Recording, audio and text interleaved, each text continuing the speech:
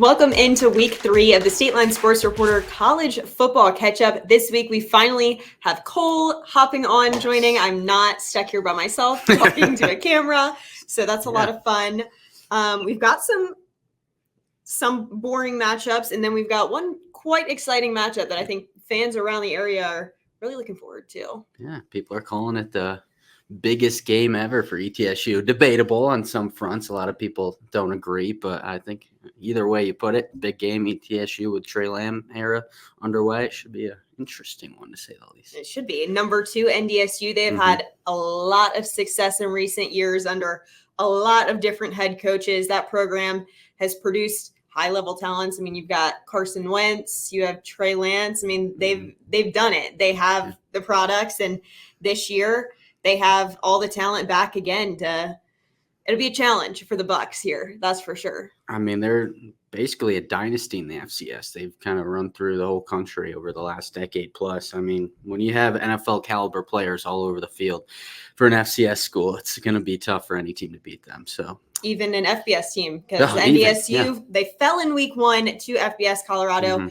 but that was certainly a lot closer game than I think Deion Sanders wanted. Yeah, I mean, yeah, they put up a fight. I mean, I think they had some chances to win that game. So, I mean, they're right there. They did at that level. So, and there's chances to win those games. Definitely part of that was their defense.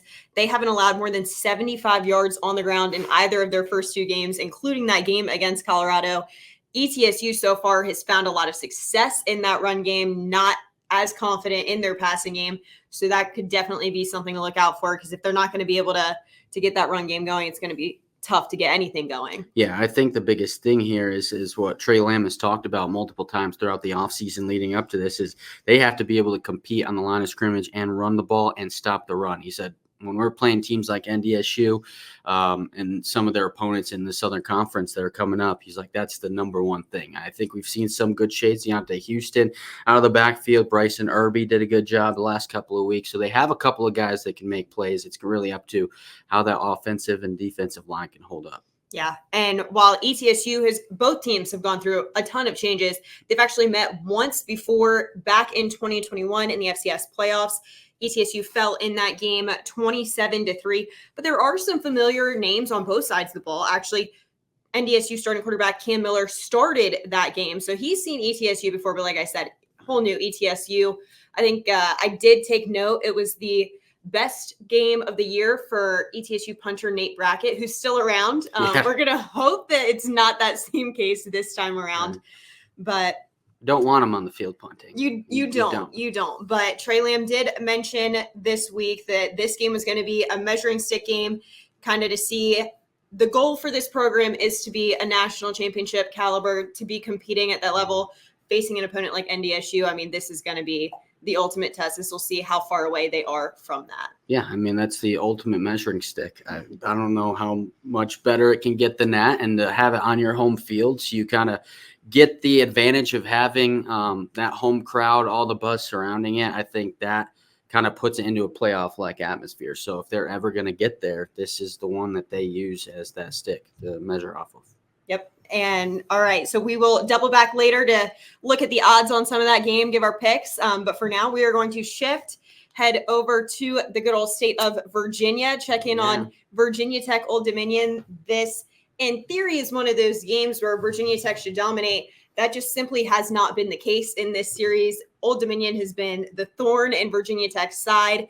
The two teams have actually played 5 games against each other. Both teams have won their home games. So Virginia Tech has never won at Old Dominion. They're 3-2 in the series. They've won the 3 games at home. Now they need to go out and get, I mean, this is a must win for the Hokies. I mean, it's more than a must win after the week 1 loss to Vanderbilt. I think this is the most pressure they faced here early on in the season. I think you have to lean that towards the Hokies and pulling this one off. I mean, Old Dominion did give them a tough game last year. They won by 19, but they gave them a run for their money. So it's not going to be an easy game whatsoever. But how many times do we say this offseason, you've been covering Virginia Tech? They're one of the most veteran teams in the nation. So you would hope that kind of holds up in this situation. we'll get to the picks later, but I just at this point, I think it's no question that this is a big game. They need to start something here to get some momentum rolling in the ACC play. Yeah. Old Dominion has done well with the run so far. Virginia Tech has needed the run game, needed Bashal Tutin to step up. But really the key for this Virginia Tech team is they have to get going from that first whistle. They just have not shown up in the first half, in the first game, in the second game. It was too much to come back from essentially in that first game. They were able to pull it together against Marshall, but it's still, it wasn't a thrilling game. Fans were still quite disappointed in that first half performance. You need to get out of the gates and get going in a game like this. And hopefully Virginia Tech will have, they've got all these weapons. They have Ollie Jennings, who was the guy to know last year heading into this game, who played for Old Dominion before transferring into Virginia Tech. He had a big game in that game against his former team. So we'll see if he can get it done again this year and help that pass game get going early. Yeah, they need it. I think you said it. I think coming out strong is the biggest key here, especially setting the tone on the road. They have to do that. If they don't do that, that's where you find yourself in trouble, when you don't come out early and you're on the road. And we saw it in week one. Couldn't quite overcome that. So they got to pick something up from last week against Marshall. They have to get the offense going. So I don't know, Lauren. We're going to be looking to build. It's a scary one. Oh, yeah, for sure. It is not the gimme that Virginia Tech hopes that it would be. All right, moving on. Kent State at Tennessee. This game could be ugly. That could be an understatement. This is the first meeting between these two programs. But even just this early into the season, 0-2, 2-0, but they're worlds apart. Yeah. It's not even just 2-0 versus 0-2. It's Tennessee has outscored their opponents 120-15 or something crazy like that. If they can hold them this week, it'll 13. Be their fourth straight game going back to last season in that Citrus Bowl without allowing a defensive touchdown. Yeah, it's crazy. It's that Tim Banks defensive unit has been playing with their hair on fire since last December. 12 straight quarters without giving up an offensive touchdown.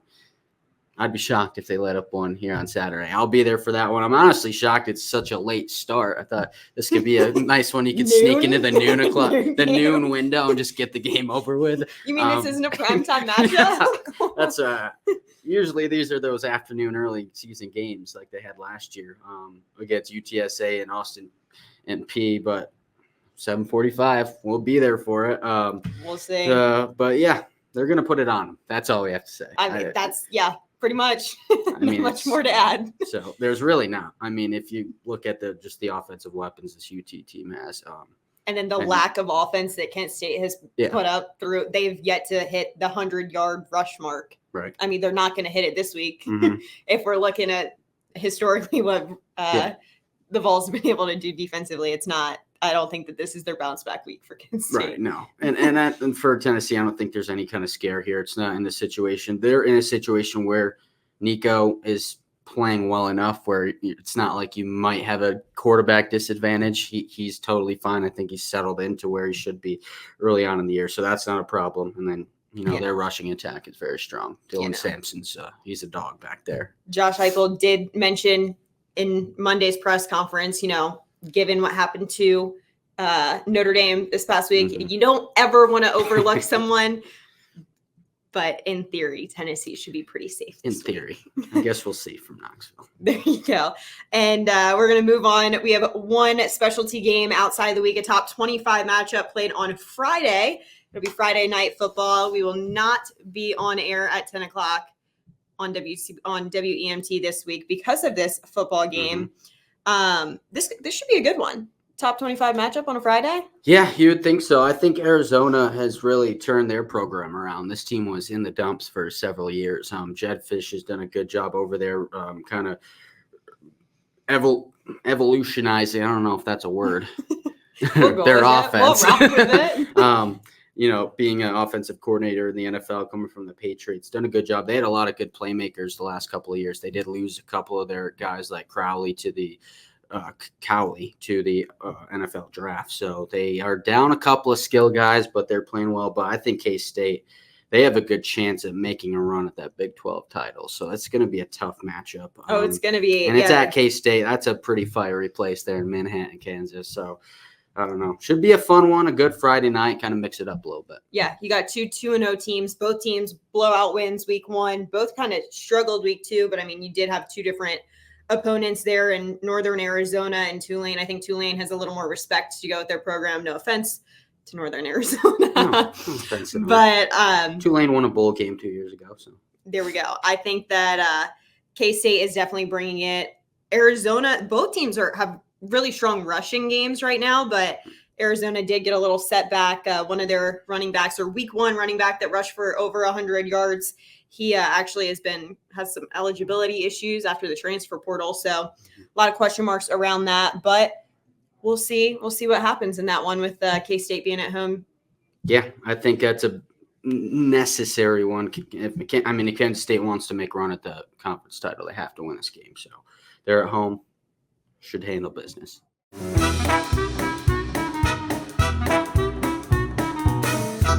All right, and now we will shift gears into the Lauren's Locks segment. We've kind of been on a little bit of roller coaster, had some good picks, had some bad picks. So, take everything with a grain of salt. So we will start off NDSU, ETSU. I kind of had to go digging for the odds on this one. Wasn't straight up. What I found was NDSU as 26.5-point favorites over ETSU. Hate to hear that as an ETSU fan, but gives you makes it fun because you could be that giant underdog to pull off an upset. You could be. Yeah. So what are you going with? What's your lock? My lock is NDSU to cover. To cover. Oh. She's I'm going hiding, for the kill. I'm hiding folks. from the Buccaneers fans. Yeah, right you're now. going to be there on Saturday. I am going to be there all day. Yourself. I'll be there at the tailgate. I'll be all around. You can spot me on the sideline. So if something happens, feel free to call me out on it. I hope that they, put up a fight and I really go for it in this one. But I just think, NDSU, everyone knows NDSU's name for a reason. Yeah. You can also make it clear to everyone you don't want them to lose by. No, I don't want them to lose by 27 points. We're just playing with real fire here. I try to be a realist. Yeah, you can try. But I have to agree with you. If I don't know. You don't want ETSU, you don't want the heat on you. You're like, no, Lauren, I don't either. For herself. No, but here's the thing. If ETSU can keep this a couple score game, make it competitive at least to the few quarters, I think that's a win for them. Kind of that first big test in the FCS. Yeah, they hung with App State. Trey Lamb said that NDSU up front probably honestly a little bit stronger than App State, so just don't know what you're really going to see until we get there. All right, moving on. Virginia Tech at Old Dominion. Virginia Tech opened as 13.5-point favorites, now 14.5-point favorites. I don't like that. I know that they won by 19 last year, but given how they've started this season, I think 14.5-point favorites against Old Dominion team that they've struggled with every single year since they've been playing them consistently. I think that that's a dangerous little line to play with. So you're taking the ODU cover? I'm taking ODU to cover for sure. I'm not going to take a money line just yet. Right. I was thinking about that, but after talking, I think there's got to be a point where flip switches. They still did not play well in week 2 at home against Marshall. I think they flipped the script on this struggles with Old Dominion. They'll cover. I think maybe a 17-point win. There you go. That's the thing. It's like you hope that this is the week where it clicks. It needs to click before you head into ACC play. So you're hoping that it clicks this week. They've got Rutgers to bounce back on next week, but you're hoping that it comes together on the road at Old Dominion. Kent State at Tennessee opened as 47.5-point favorites up to 49. Yeah, I don't really think they'll honestly have any trouble covering. No, I think it's always this crazy. is going to be a repeat of week 1. That 69-3 blowout win. Yeah, it's always crazy in college. If you're better, it's hard to look at lines that big. It's just unbelievable. You look at the NFL on Sundays, the highest line you're going to get is maybe a 10-11. Yeah. And they're 40s, 50s. Take the cover. But yeah. 49, minus 49 to balls. Yeah. It'll be a 50-plus game. I mean, I could see them blanking K-State or Kent State. Yeah. I'm thinking 16 straight scoreless quarters for that Tennessee defense. Yeah. And then our last game, our Friday night matchup, Arizona at K-State. Both, I think it's going to be a competitive game, and it might come down to one touchdown, but K-State's 7-point favorites, and I think that they win it by a touchdown with the game being at home and in Kansas. Yeah, I see Wildcats winning this one by 10, I'd say. So I'd take the cover on myself. You're giving the straight 10. Straight 10. All right. Well, that's going to be a wrap on week 3 of our college football catch-up podcast here. Make sure to tune into all of these games. Come on and check us out in Johnson City on Saturday. If you're going to be at ETSU, I'll be there. Cole will be up in Knoxville at Tennessee. So we'll keep you updated with all the coverage from those games, but we'll be back next week.